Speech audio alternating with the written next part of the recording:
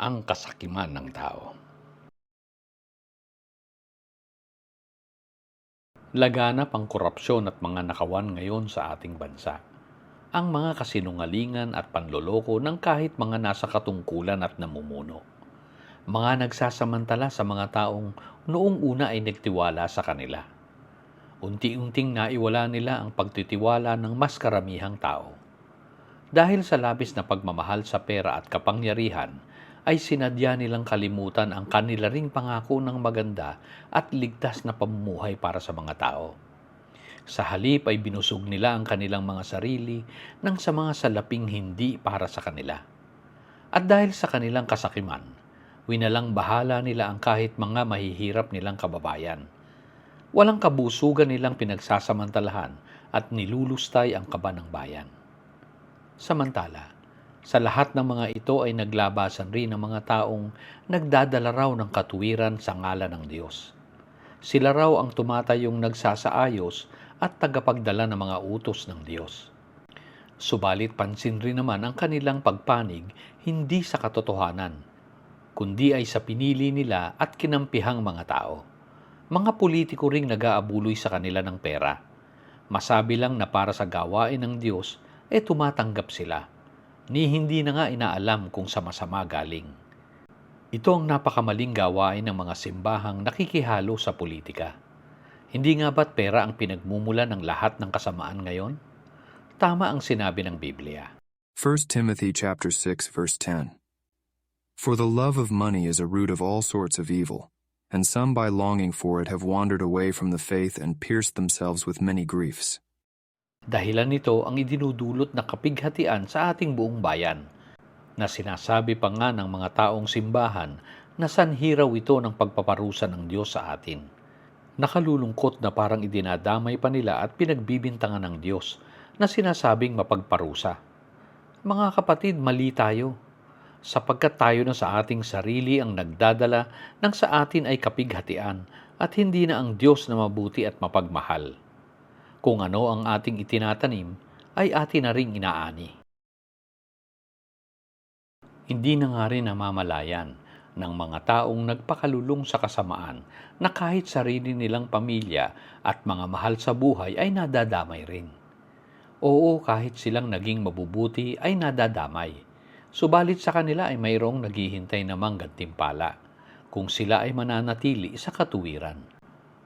Pagpapala ng buhay, hindi dahil pinili sila ng Diyos na sadyang maging gayon, kundi ay dahil sa bunga ng kanilang pananatili sa kabutihang utos ng Diyos, ang paggawa sa pag-ibig. Samantalang sila na nagpapakasama, sa kanila ay ang pagtatapos ng buhay. Wala na sapagkat magwawakas na sila. Kanilang iiwan rin ang lahat ng inipong kayamanan at perang ninakaw nila. Sanhi lahat ito ng kanilang sariling kagustuhan. Kaya't napakamaling sabihin, niisipin na tayong lahat ay itinadhana ng Diyos para sa kanya-kanya nating destiny. Nasadyang siya ang gumawa rin ng mga taong mabubuti at masasama. Walang ganun, kapatid. Kahit si Judas ay hindi niya itinadhana na maging masama upang ipagkanulo si Jesus, kundi ay nakita na niya noong una pa man na magtataksil si Judas, kung kaya't naisama niya sa planong pagtutubos ng Panginoong Jesus. Napakahalaga na maunawaan natin ang kabutihan ng Diyos sapagkat hindi siya nagbabago mula pa noon, ngayon at magpakailanman. Tayong mga tao ang kahit nilikha niya sa kanyang wangis ay may kabutihan. Subalit tayo na rin ang kumakatha at pumipili ng ating sariling baluktot na lakad. Ito ang nakasulat sa Ecclesiastes 7:29. This only have I found. God created mankind upright, but they have gone in search of many schemes. Tayo na sa ating kasakiman ang nagdadala sa ating sarili. Gayon rin ang sa ating mga mahal sa buhay ng kapahamakan at kalumbayan. Hindi ang Diyos na mabuti. Nakalulungkot na marami rin kasi ang napaniwala ng kanilang mga simbahan na kung sila ay mamamatay, kahit na gumagawa sa pagsadya ng kasalanan, ay maaari pa rin silang magkamit ng buhay na walang hanggan kasama ang Diyos. Ito ay kung ipagdarasal raw sila at ipagpapamisa ng mga pari ang kanilang kaluluwa. Lalo na't mga pari na binigyan nila ng malaking abuloy. Sa ganito ay para na rin silang nakabibili ng kaligtasan. Hindi ba't sa ganito rin ay pinalalakas pa ang kanilang loob para magpatuloy sa kanilang masasamang gawain? Sa kanilang kasakiman ay inakala nilang nasusuhulan rin nila ang Diyos. Ano ba naman kayo? Sadya bang hindi na kayo nakukonsensya? Hindi ninyo maloloko ang Diyos. Mga kapatid, may panahon at oras para sa pagbabago. May oras ng para sa pagpapatawad. May oras na kaloob ang Diyos para sa ating lahat. Kaya't huwag nating sayangin na maubos.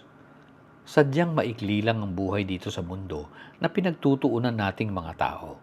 At dahil sa labis nating pagpapahalaga sa mga material na bagay at kasiyahang pansamantala, ay nawiwili tayo sa mga bagay na parabang hindi matatapos.